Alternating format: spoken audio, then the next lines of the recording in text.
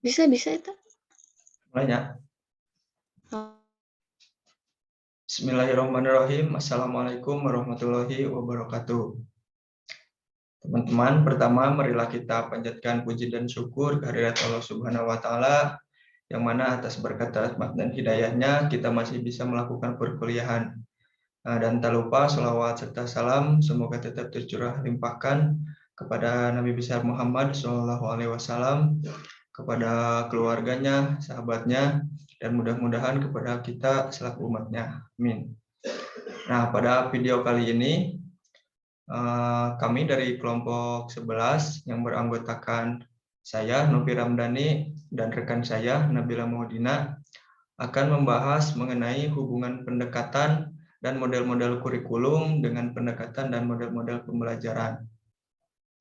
Nah, langsung saja kepada pematerian yang pertama yang akan disampaikan oleh Nabila. Kepada Nabila, saya persilakan. Baik, terima kasih kepada moderator. Nah, di sini saya akan menjelaskan mengenai materi hubungan pendekatan dan model-model kurikulum dengan pendekatan dan model-model pembelajaran. Nah, untuk yang pertama ada definisi pendekatan pengembangan kurikulum. Yang pertama, definisi pendekatan. Menurut Halimah mengatakan pendekatan lebih menekankan pada usaha dan langkah-langkah atau cara kerja dengan menerapkan suatu strategi dan beberapa metode yang tepat, yang dijadikan sesuai dengan langkah-langkah yang sistematik untuk memperoleh hasil kerja yang lebih baik. Sejalan dengan pendapat adalah titik tolak atau sudut pandang seseorang terhadap suatu proses tertentu. Istilah pendekatan merujuk kepada pandangan tentang terjadinya suatu proses yang sifatnya masih sangat umum. Lalu yang kedua ada definisi kurikulum. Untuk definisi kurikulum ini terdapat pada Undang-Undang Republik Indonesia Nomor 20 Tahun 2003 menjelaskan bahwa kurikulum adalah seperangkat rencana dan pengaturan mengenai tujuan, isi, dan bahan pelajaran serta cara yang digunakan sebagai pedoman penyelenggaraan kegiatan pembelajaran untuk mencapai tujuan pendidikan tertentu. Lalu yang ketiga ada definisi pengembangan kurikulum. Pengembangan kurikulum adalah perencanaan kesempatan-kesempatan belajar yang dimaksudkan untuk membawa siswa ke arah perubahan-perubahan yang diinginkan dan menilai sampai di mana perubahan dimaksud telah terjadi pada diri siswa. Dari beberapa pengertian di atas, dapat disimpulkan bahwa pendekatan pengembangan kurikulum adalah cara kerja dengan menerapkan strategi dan metode sebagai titik tolak atau sudut pandang yang tepat dengan mengikuti langkah-langkah pengembangan yang sistematis untuk menghasilkan kurikulum yang lebih baik dan membawa siswa ke arah perubahan-perubahan yang diinginkan. Dengan demikian, dapat dipahami bahwa pengembangan kurikulum adalah suatu proses siklus yang tidak ada titik awal dan akhir, sebab pengembangan kurikulum ini merupakan suatu proses yang bertumpu pada unsur-unsur dalam kurikulum yang di dalamnya meliputi tujuan, metode, dan materi, serta penilaian dan timbal balik atau feedback. Di dalam pengembangan, sebuah kurikulum harus melakukan pendekatan terlebih dahulu sehingga di dalam penerapannya sebuah kurikulum dapat sebuah tujuan seperti yang diharapkan. Lalu yang kedua, ada definisi model pengembangan kurikulum. Navia 2019 mengatakan, menjelaskan bahwa model yang baik adalah model yang dapat menolong menggunakan untuk mengerti dan memahami suatu proses secara mendatar dan menyeluruh. Model pengembangan kurikulum adalah model yang digunakan untuk mengembangkan suatu kurikulum, di mana pengembangan kurikulum dibutuhkan untuk memperbaiki atau menyempurnakan kurikulum yang dibuat untuk dikembangkan sendiri baik dari pemerintah pusat, pemerintah daerah, atau sekolah. Secara umum, pemilihan model pengembangan kurikulum dilakukan dengan cara menyesuaikan sistem pendidikan yang dianut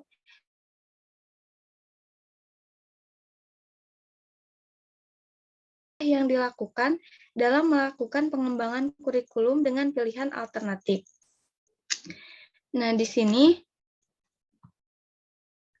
ada pihak yang berpartisipasi dalam pengembangan kurikulum, yaitu yang pertama ada peran para administrator pendidikan.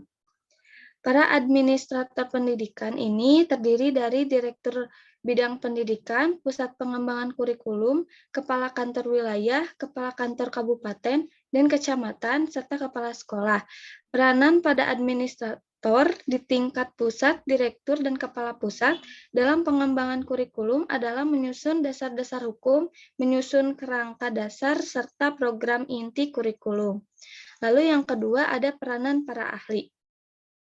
Partisipasi para ahli pendidikan dan ahli kurikulum terutama sangat dibutuhkan dalam pengembangan kurikulum pada tingkat pusat. Apabila pengembangan kurikulum sudah banyak dilakukan pada tingkat daerah atau lokal, maka partisipasi mereka pada tingkat daerah, lokal, bahkan sekolah juga sangat diperlukan. Sebab apa yang telah digariskan pada tingkat pusat belum tentu dapat dengan mudah dipahami oleh para pengembang dan pelaksanaan kurikulum di daerah. Lalu yang ketiga ada peranan guru. Peranan guru, memegang peran penting yang cukup baik di dalam perencanaan maupun pelaksanaan kurikulum. Dia adalah perencana, pelaksana, dan pengembang kurikulum bagi kelasnya. Peranan guru bukan hanya menilai perilaku dan prestasi belajar siswa dalam kelas saja, tetapi juga menilai implementasi kurikulum dalam lingkup yang lebih luas. Lalu yang keempat ada peranan orang tua murid. Orang tua juga mempunyai peranan dalam pengembangan kurikulum perencanaan. Mereka dapat berkenaan dengan dua hal. Yang pertama, dalam penyusunan kurikulum, dan yang kedua, dalam pelaksanaan kurikulum. Dalam penyusunan kurikulum, mungkin tidak semua orang tua dapat ikut serta, hanya terbatas kepada beberapa orang tua siswa saja yang cukup waktu dan mempunyai latar belakang yang memadai. Lalu selanjutnya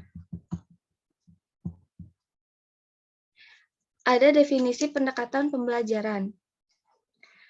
Pendekatan pembelajaran dapat diartikan sebagai titik tolak atau sudut pandang terhadap proses pembelajaran yang merujuk pada pandangan tentang terjadinya suatu proses yang sifatnya masih umum. Di dalamnya mewadahi, menginspirasi, menguatkan tertentu. Pendekatan pembelajaran merupakan aktivitas guru dalam memilih kegiatan pembelajaran. Apakah guru akan menjelaskan suatu pengajaran dengan materi bidang studi yang sudah tersusun dalam urutan tertentu atau dengan menggunakan materi yang terkait satu dengan lainnya. Jadi dapat dipahami bahwa pendekatan pembelajaran dapat dimaknai sebagai cara-cara yang ditempuh oleh pengajar untuk menghampiri siswa agar siswa lebih mudah memahami bahan yang diajarkan oleh guru. Di sini ada jenis-jenis pendekatan pembelajaran. Untuk yang pertama ada pendekatan ekspositori. Pendekatan ekspositori menekankan pada penyelesaian informasi yang disampaikan pengajar kepada siswa. Melalui pendekatan ini, pengajar dapat menyampaikan materi secara tuntas. Pendekatan ini lebih tepat digunakan apabila jenis bahan ajar yang bersifat informatif, yaitu berupa konsep-konsep dan prinsip dasar yang perlu dipahami siswa. Jumlah siswa dalam kegiatan pembelajaran itu relatif banyak. Pendekatan ekspositori dalam pembelajaran. Untuk kelebihan dari penggunaan pendekatan ekspositori, yaitu guru dapat menyampaikan bahan ajar secara tuntas sesuai dengan rencana yang sudah ditentukan. Bahan belajar yang didapat siswa bersifat seragam, yaitu diperoleh dari satu sumber dan dapat diikuti oleh siswa yang jumlahnya relatif banyak. Untuk kekurangannya, pembelajaran terlalu bersifat kepada guru, sehingga hanya guru mengakibatkan Kedua, ada pendekatan inquiry. Pendekatan inquiry yaitu pendekatan yang berusaha untuk memberikan kesempatan kepada siswa untuk dapat belajar melalui kegiatan pengajaran, sehingga dalam pembelajaran lebih berpusat pada keaktifan siswa. Guru menyajikan materi tidak sampai tuntas, tetapi memberikan peluang kepada siswa untuk mencari dan menemukan sendiri dengan menggunakan berbagai cara pendekatan masalah. Pendekatan inquiry ditujukan kepada cara belajar yang menggunakan cara penelaahan atau pencarian terhadap suatu objek secara kritis dan analis, sehingga mendapat bentuk pengalaman belajar yang bermakna. Siswa dituntut untuk dapat mengungkap sejumlah pertanyaan dari materi yang dipelajari, sehingga ia dapat mengambil kesimpulan dari hasil informasi yang diperolehnya. Peran guru dalam pendekatan ini yaitu sebagai pembimbing atau fasilitator yang dapat mengarahkan warga belajar dalam kegiatan pembelajarannya secara efektif dan efisien. Untuk kelebihan pendekatan inquiry ini, mendorong kreativitas anak dan dapat karena terjadinya saling bertukar pengalaman, serta membiasakan berpikir sistematis dalam pemecahan suatu masalah. Untuk kekurangannya, pendekatan inquiry ini tidak ada kesiapan dan kemampuan dari siswa untuk memecahkan permasalahan, maka tujuan pembelajaran tidak akan tercapai. Kemungkinan akan terjadi pendominasian oleh beberapa siswa yang sudah biasa dalam mengemukakan pendapat. Jadi setiap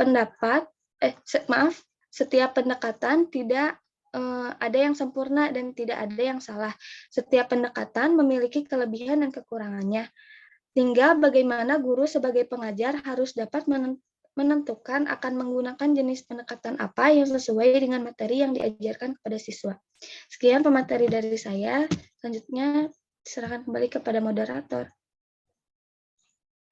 Baik, terima kasih kepada Nabila atas penyampaian materinya.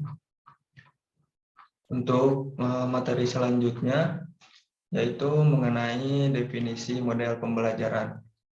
Nah, model pembelajaran sendiri itu merupakan suatu kerangka konseptual yang melukiskan prosedur secara sistematis dalam mengorganisasikan pengalaman belajar untuk mencapai tujuan belajar, serta berfungsi sebagai pedoman bagi para perancang pembelajaran dan para pengajar dalam merencanakan dan melaksanakan aktivitas pembelajaran. Nah, model pembelajaran itu merupakan suatu rangkaian proses belajar mengajar dari awal sampai akhir, yang melibatkan bagaimana aktivitas guru dan siswa, dan dalam desain pembelajaran yang membantu bahan ajar khusus, serta bagaimana interaksi guru dan siswa dan bahan ajar itu. Nah, umumnya sebuah model pembelajaran itu terdiri dari beberapa tahapan proses pembelajaran yang harus dilakukan. Nah, model pembelajaran itu sangat erat kaitannya dengan gaya belajar peserta didik dan juga gaya mengajar guru. Nah, model pembelajaran juga dapat dikatakan sebagai suatu perencanaan atau suatu pola yang digunakan sebagai pedoman dalam merencanakan pembelajaran di kelas. Nah, model pembelajaran itu mengacu pada pendekatan pembelajaran yang akan digunakan. Termasuk itu di dalamnya ada tujuan-tujuan pengajaran, tahapan kegiatan pembelajaran, lingkungan pembelajaran, dan juga pengelolaan kelas. Nah, menurut Jose dan Well, model pembelajaran itu adalah kerangka konseptual yang melukiskan prosedur yang sistematis dalam mengorganisasikan pengalaman belajar siswa untuk mencapai tujuan pembelajaran tertentu dan memiliki fungsi sebagai pedoman bagi para perancang pembelajaran serta pengajar dalam merencanakan dan melaksanakan aktivitas belajar mengajar. Nah, jadi dapat disimpulkan bahwa model pembelajaran itu adalah cara atau teknik penyajian sistematis dalam mengorganisasikan pengalaman belajar untuk mencapai tujuan pembelajaran tertentu, serta berfungsi sebagai pedoman bagi perancang pembelajaran dan para guru dalam merancang dan melaksanakan proses belajar mengajar. Selanjutnya, ke materi selanjutnya yaitu hubungan pendekatan dan model-model kurikulum dengan pendekatan dan model-model pembelajaran. Nah, pada dasarnya kurikulum dengan pembelajaran itu tidak dapat dipisahkan karena keduanya itu saling berhubungan satu sama lain. Nah, kurikulum dan pembelajaran juga hakikatnya sama karena keduanya sama-sama memuat isi, tujuan, materi, dan strategi belajar, dan serta masing-masing itu mempunyai model pengembangan dan pendekatannya tersendiri. Nah, menurut Hilda Taba, kurikulum itu lebih luas cakupannya daripada sekedar rencana pelajaran. Nah, tetapi meliputi segala pengalaman atau proses belajar siswa yang direncanakan di bawah bimbingan satuan pendidikan. Nah, artinya bahwa kurikulum itu bukan hanya berupa dokumen bahan cetak, melainkan rangkaian aktivitas siswa yang dilakukan di dalam kelas, bisa di lapangan maupun di lingkungan masyarakat yang direncanakan serta dibimbing oleh sekolah. Nah, sedangkan pembelajaran adalah serangkaian aktivitas yang sengaja diciptakan dengan maksud itu untuk memudahkan terjadinya proses belajar. Nah, pendekatan pengembangan kurikulum sendiri itu merupakan proses yang sangat kompleks karena mencakup pembicaraan penyusunan kurikulum yang dilakukan di sekolah, disertai dengan penilaian intensif dan penyempurnaan terhadap kurikulum. Nah, usaha untuk melaksanakan tiga hal tersebut itu harus melaksanakan keseluruhan proses komponen kurikulum. Nah, jadi kaitannya dengan pendekatan pengembangan pembelajaran tentunya sangat erat. Nah, pembelajaran di sini merupakan proses yang disengaja dirancang untuk mendukung terjadinya aktivitas belajar dalam diri individu. Nah, artinya pembelajaran merupakan sesuatu hal yang bersifat eksternal dan disengaja dirancang untuk mendukung terjadinya proses belajar internal dalam diri individu. Nah, pendekatan pengembangan kurikulum tentunya harus disusun serta dibuat secara seoptimal mungkin. Karena kurikulum itu merupakan suatu pedoman dalam pelaksanaan kegiatan pembelajaran, khususnya dalam mendukung proses belajar dalam diri individu yang dilakukan oleh pengembang kurikulum dan pengajar atau guru itu sendiri. Nah, menurut Rosalinda, kebaikan dalam suatu kurikulum itu tidak dapat dinilai dari dokumen tertulisnya saja, nah melainkan harus dinilai dalam proses pelaksanaan fungsinya di dalam kelas. Nah, kurikulum bukan hanya rencana tertulis bagi pengajaran, melainkan sesuatu yang fungsional, yang beroperasi di dalam kelas, dan memberikan pedoman serta mengatur lingkungan kegiatan yang berlangsung di dalam kelas. Nah, jadi dapat dipahami bahwa pendekatan pengembangan dan model kurikulum itu tentunya harus sesuai dengan tujuan yang akan dicapai dari pendidikan itu sendiri. Nah, hal tersebut juga harus berhubungan dengan pendekatan pengembangan dan model pembelajaran.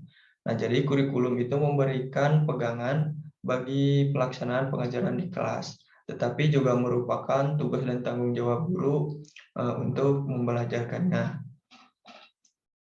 Mungkin sekian pemaparan dari kelompok kami. Jadi kesimpulannya dapat disimpulkan bahwa kurikulum dengan pembelajaran itu tidak dapat dipisahkan karena keduanya saling berhubungan.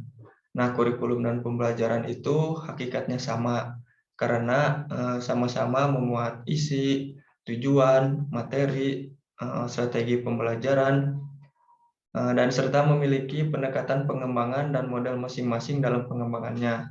Nah, dalam proses kegiatan belajar mengajar itu kan membutuhkan desain belajar. Dan di dalamnya itu terdapat materi dan tujuan kegiatan pembelajaran. Nah, sehingga antara kurikulum dan proses pembelajaran itu hampir sama. Dan letak perbedaan itu hanya terdapat pada implementasi kurikulum bagi sekolah dan bagi guru. Mungkin sekian dari kelompok kami. Semoga apa yang kami sampaikan dapat bermanfaat bagi teman-teman semuanya. Sekian, terima kasih. Wassalamualaikum warahmatullahi wabarakatuh.